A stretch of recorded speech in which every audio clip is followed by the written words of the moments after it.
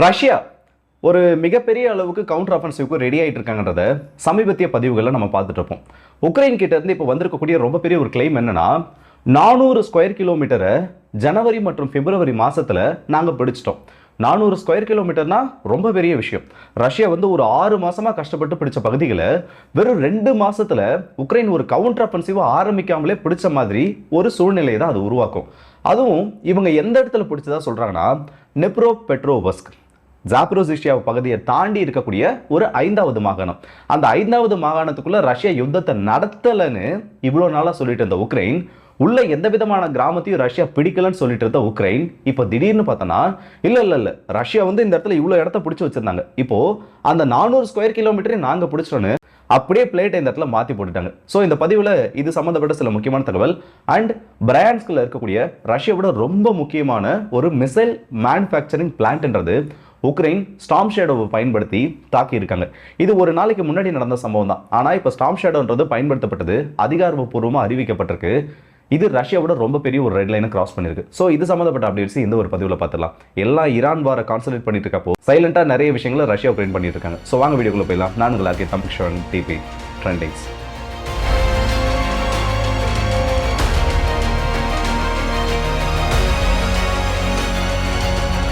இந்த ரெண்டு முக்கியமான சம்பவம் நான் இன்ட்ரோடக்ஷன்ல சொன்னல, அது ரெண்டுத்தையும் பார்க்கறதுக்கு முன்னாடி இந்த வீடியோ நான் பேச ஆரம்பிச்சதுக்கு அப்புறமா அப்டேட்ஸா கிடைச்சிருக்கு.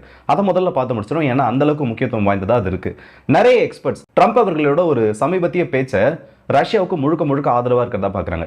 ஏன்னா ஒரு ப்ரெஸ் பிரீஃபிங்கில் விளாடிமிர் புதின் என்னெல்லாம் பண்ண போறாரு இந்த கல்ஃப் வார்ன்றது ஆரம்பிச்சதுக்கு அப்புறமா, இப்போ ஈரானுக்கும் கல்ஃப் கண்ட்ரிஸ்க்கும் நடுவில் அமெரிக்கானால ஒரு பிரச்சனை ஆரம்பிச்சதுக்கு அப்புறமா இதனால எப்படி புதின் அவர்கள் ஆதாயம் அடைய போறாருன்னு ஒரு கேள்வி எனக்கு கேட்கப்படுது.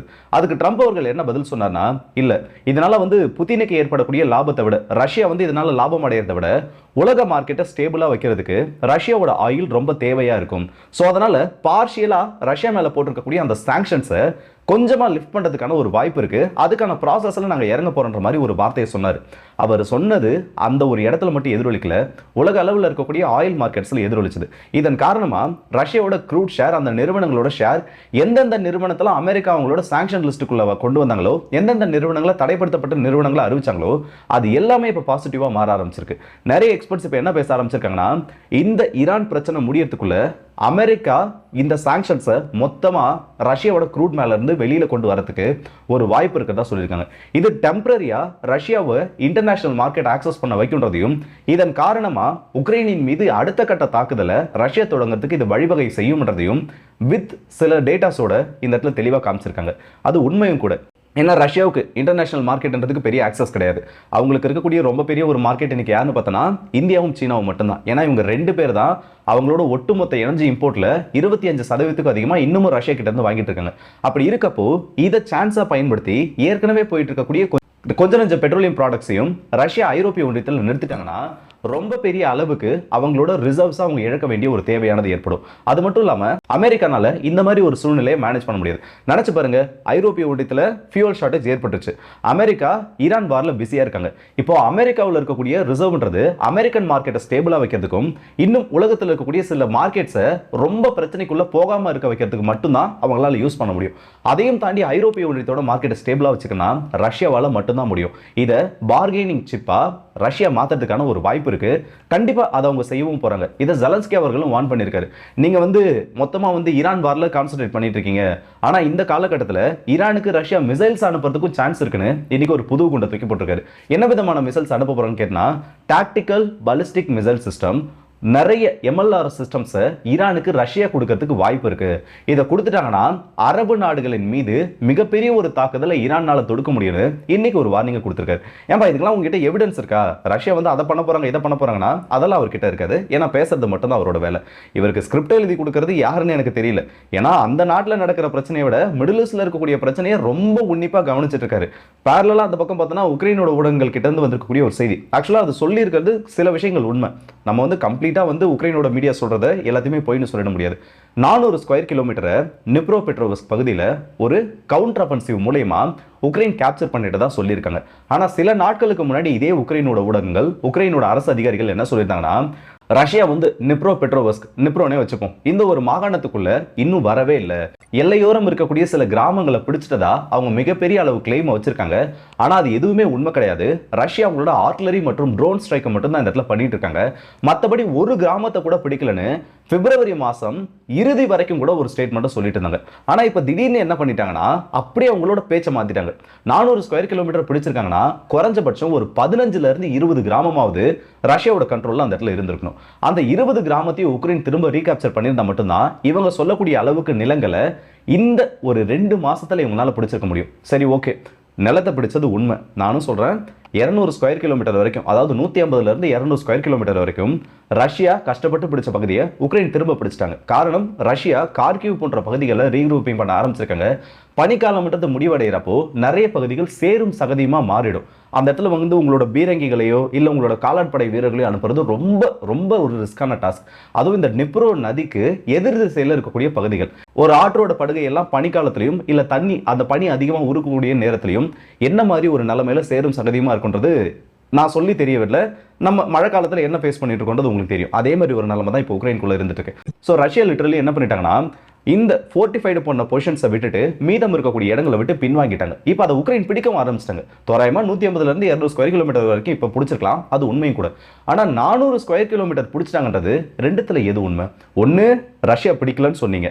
இப்போ ரஷ்யா பிடிச்சு வச்சிருந்தாங்க, அதை நாங்க ரீகேப்சர் பண்ணிட்டோம்னு சொன்னீங்க. இந்த ஒரு விஷயத்திலே உக்ரைன் இவ்வளோ அவங்களே எக்ஸ்போஸ் பண்ணிக்கிறாங்க. இந்த மாதிரி நிறைய விஷயம் நடந்துட்டு இருக்கு.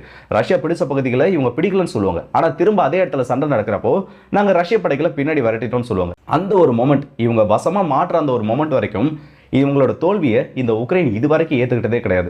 பேரலா ஹங்கேரி பக்கம் போனோம்னா, ஹங்கேரி வந்து ஒரு 8 நபர்கள் அடங்கிய குழுன்னு நினைக்கிறேன் உக்ரைனுக்குள்ளே இப்போ அனுப்பியிருக்காங்க. எதுக்குன்னா வந்து ஃபேக்ட் ஃபைண்டிங் க்ரூ.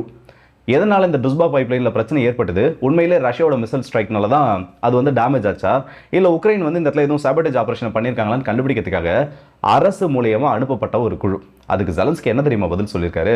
இல்லை அவங்களாம் வந்து இந்த இடத்துல கவர்மெண்ட் மூலியமாக அனுப்பப்பட்டவங்க மாதிரி தெரியல, ஒரு டூரிஸ்டாக தான் உக்ரைனுக்குள்ளே வந்திருக்காங்கன்னு இன்னமும் நக்கல் பண்ணிட்டு இருக்காரு. ஜெலன்ஸ்கி நாட்டோவையும் ஐரோப்பிய ஒன்றியத்தையும் மட்டுமே நம்பி பொழப்பு ஓட்டிட்டு இருக்காரு. அப்படி இருக்கப்போ அந்த நாடுகளை நக்கல் அடிச்சார்னா ஒரே ஒத்த யூரோவை கூட ஹங்கேரி உள்ள வர விடாது. அப்படி ஹங்கேரி உள்ள வர விடலைன்னா அமெரிக்கா மட்டும் இந்த உக்ரைனுக்கு என்ன ஹெல்ப் பண்ணிட போகுதுன்னு எனக்கு தெரியல. ஸோ ஜெலன்ஸ்கி எந்த அளவுக்கு ஹங்கேரியை பகச்சுக்கிறாரோ அந்த அளவுக்கு அவர் வர வேண்டிய ஹெல்ப்பை, அதாவது பெரிய ஒரு பள்ளத்தை நோண்டிட்டு அதில் அவரே அவர் இறக்கிக்கிற ஒரு கதையாக தான் மாறும். இந்த ஹங்கேரியை பொறுத்த வரைக்கும் ஹங்கேரி மட்டும் மனசு வைக்கலன்னா 90 பில்லியன்ல ஒரே ஒரு புள்ளி % கூட இந்த உக்ரைனால இந்த இடத்துல வாங்க முடியாது. அதெல்லாம் தெரிஞ்சிருந்தும் மனுஷன் ஹங்கேரியை வம்பிழுக்கிறது தெரியல என்னன்னுட்டு. இதுக்கு அடுத்தபடியா பிரான்ஸ்ல இருக்கக்கூடிய கிரெமினி எல் ஃபேக்டரி, இது ரஷ்யாவோட பாலிஸ்டிக் மற்றும் லாங் ரேஞ்ச் சென்று தாக்கக்கூடிய க்ரூஸ் ஏவுகணைகளுக்கு முக்கியமா இந்த சிப்ஸ் அண்ட் எலக்ட்ரானிக் சோர்ஸை தயாரிக்கக்கூடிய ஒரு முக்கியமான நிறுவனம். இந்த காம்பவுண்ட்ல அம்யூனிஷன் ரிசர்வ்ஸ் ஆனது இருக்கு. அதை கடந்த செவ்வாய்க்கிழமை உக்ரைன் தாக்குறாங்க. இப்படி தாக்கப்பட்டதுக்கு அப்புறமா மிகப்பெரிய அளவில் அந்த இடத்துல பாதிப்பானது ஏற்பட்டிருக்கு. 2 கட்டிடங்கள், அந்த ஒரு காம்ப்ளெக்ஸ்க்குள்ள பார்த்தோன்னா ஒரு 30-35 கட்டிடங்கள் இருக்கு. அதுல 2 கட்டிடங்கள் முக்கியமா அட்மினிஸ்ட்ரேஷன் பில்டிங்ஸ் ஆனது டெஸ்ட்ராய் பண்ணப்பட்டு தான் உக்ரைன் சார்பில் ஒரு யூனிட்டை வச்சிருக்காங்க. இது இன்னைக்கு ரஷ்யா கன்ஃபார்ம் பண்ணது மட்டும் இல்லாம ரொம்ப பெரிய அளவுக்கு அந்த இடத்துல இன்ஜுரிஸ் ஏற்பட்டிருக்கதாகவும் சொல்லியிருக்காங்க. அந்த பகுதியோட கவர்னர் முதல்ல என்ன சொல்லியிருந்தாருன்னா, சிவிலியன்ஸ்க்கு இதனால பாதிப்பு ஏற்பட்டிருக்கின்ற மாதிரி சொல்லியிருந்தார். அதாவது சிவிலியன் சைட்ஸ் உக்ரைன் டார்கெட் பண்ணிட்டாங்க. ஆனால் அவங்க டார்கெட் பண்ணது சிவிலியன் சைட்ஸில் ரஷ்யாவோட முக்கியமான அந்த மிசைல் மேனுஃபேக்சரிங் பிளான்ட்டை தாக்கியிருக்காங்க. அதுவும் அட்மினிஸ்ட்ரேஷன் பில்டிங் மேலே தாக்கியிருக்காங்கன்னா, எனக்கு அந்த ஆயுதங்கள் தயாரிக்கிறத விட அந்த ஆயுத தயாரிப்பில் ஈடுபடக்கூடிய நபர்கள் அந்த ஒரு கமெண்ட் செயினை தூக்கணுன்றது உக்ரைனோட அந்த டெஸ்பரேஷன்றதை காமிக்குது. அதில் உங்களுக்கு சக்ஸஸும் கிடைச்சிருக்கு. 18ல இருந்து 22 நபர்கள் வரைக்கும் இதில் காயமடைஞ்சிருக்கதா சொல்லியிருக்காங்க. சில நபர்களுக்கு வந்து கொஞ்சம் சிவியரான இன்ஜுரிஸ் ஏற்பட்டிருக்கின்ற மாதிரியும் அங்கிருந்து வரக்கூடிய மீடியா ரிப்போர்ட்ஸ் ஆனது காமிக்குது.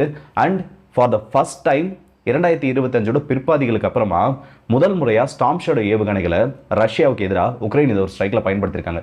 இது எல்லாமே பெரிய ஒரு ரெஸ்பான்ஸ் தான் உக்ரைனுக்கு ரஷ்யா கிட்ட இருந்து ட்ரிகர் பண்ணும். ஏன்னா பிரான்ஸ்க்னு சொல்லக்கூடிய பகுதி 2022க்கு முன்னாடியிலேருந்தே அது ரஷ்யாவோட வசத்தில் தான் இருக்குது. அப்படி இருக்கப்போ நாட்டோட எக்யூப்மெண்ட்ஸ் ஆனது அந்த பகுதிகளை நோக்கி வீசப்பட்டா அதுக்கான ரெஸ்பான்ஸ்ன்றதை வாங்குறதுக்கு உக்ரைன் ரெடியாக இருக்கணும். நீங்கள் வேணா பாருங்க, இன்னொரு 2-3 நாளில் இதே உக்ரைன் இதே ஜெலன்ஸ்கி ரஷ்யா அடிக்கிறப்போ ஐயோ அம்மானு கத்திட்டு ஒட்டுமொத்த மீடியாவோட கவனத்தையும் அவர் பக்கம் திருப்புறாரா இல்லைன்னு சொல்லிட்டு பண்றதெல்லாம் இவர் பண்ணிடுவார். ஆனால் அதுக்கு அந்த ரெஸ்பான்ஸ்ன்றது கிடைக்கிறப்போ விக்டிம் கார்டை ப்ளே பண்ண வேண்டியது. இது ஜெலன்ஸ்கியோட ப்ராப்பரான ஒரு ஸ்ட்ராட்டஜி. எல்லா டைம்லையும் இதே தான் பண்ணிட்டு இருக்காரு. வெயிட் பண்ணி பார்ப்போம் ஹங்கேரி இவங்களை என்ன செய்யறாங்கன்னு சொல்லிட்டு. ஸோ இந்த வீடியோ பற்றி உங்களோட கருத்துக்களை மறக்காம கமெண்ட்ஸில் சொல்லுங்கள். அண்ட் அடுத்த வீடியோ சந்திப்போம். அது விடைபெறுவது உங்கள் எல்லாருக்கே.